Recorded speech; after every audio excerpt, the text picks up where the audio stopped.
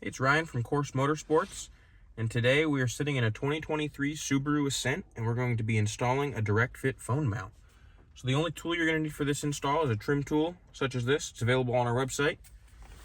The first step is going to be to go right up here, get right behind the trim, right here, and we're just going to pop this whole vent and the silver part right out.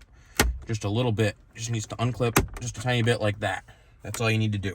So next we're going to grab our bracket. It's going to look just like this, and it's going to slip right around the trim like a clip, like so.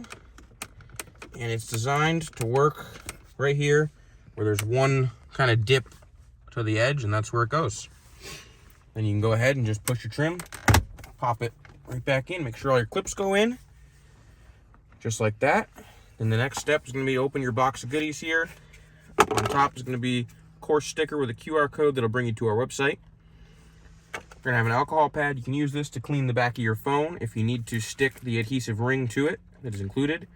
We have a MagSafe device today, so we're gonna skip this step. So the first thing we're gonna take out is the ball. It's gonna go on finger tight onto the stud, just like so.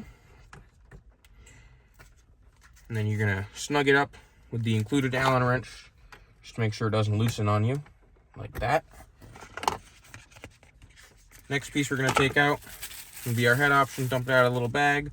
On the back is going to be a locking collar. You're going to take that all the way off. Whoop, slip that over the ball, and then pop your head over the ball as well. And you can tighten down your locking collar after you kind of adjust this how you want it. Probably right there is going to be good for us. Tighten that down. And you can take your phone. This is the step where if you need to, you'd stick the MagSafe ring right to the back and then snap it right on like that. This bracket does also work on the driver's side of the vehicle. You would, instead of prying this vent, do the same thing on this side, and it is a different bracket, so yours won't look exactly the same as the one that you just saw.